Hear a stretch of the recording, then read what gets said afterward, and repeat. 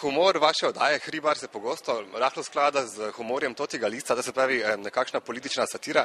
Me zanima, se Slovenci šalamo politikom smejijo iz privoščljivosti ali iz obupa?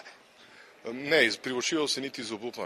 Slovenci so pač narod, ki je štartal, kar se humorja tiče, v razmerju 1:x. In če je bil nekdo, ki ni prišel do svoje lastne identitete, se ni mogel nikjer izraziti, potem je nasilno skočil v neko množico in rekel, fantje, a veste tega. In zdaj pač so ga bili ostali prisiljeni poslušati in potem je moril.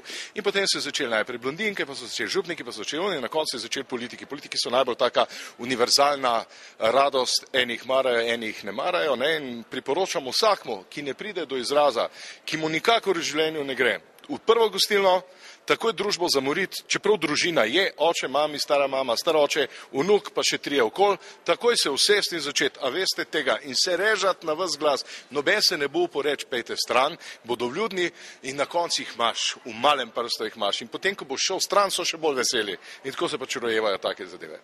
Kje pa je tista meja, ko se pa je morda neprimerno smejati, dokot se smejiti v svetu humorja? To je sistem vrednot, ki jih imaš vse. Zdaj, če si od malega štartal na kakšne rodilne organe in ti je bilo to smešno in če nisi hodil v šolo in se nisi razvijal naprej mentalno, potem boš ostal pri tem. Ne boš uporabljal latinske izraze, ampak vulgarne, sočne, brez da bi recimo bral knjigo Kletvic, kjer je to vse opisano egzaktno in strokovno, to je knjiga doktorja Bernarda Nežmaha, ampak boš pač na tem nivoju nadaljeval. Če pa kakšno šolo narediš, pa če se mogoče še izobražuješ, če malo kritično gledaš na stvari, si ogledaš kakšne stare oddaje Monty Pythona, se pa seveda humor kristalizira na drug način. Oddajo Hribar so kljub izjemni priljubljenosti predstavili na nek kasnejši termin, nekaj se šušlja tudi o morebitni ukinitvi. Kaj je na tem? Jaz v tem, da bi šušlja se ukinitvi, ukinjajo skozi.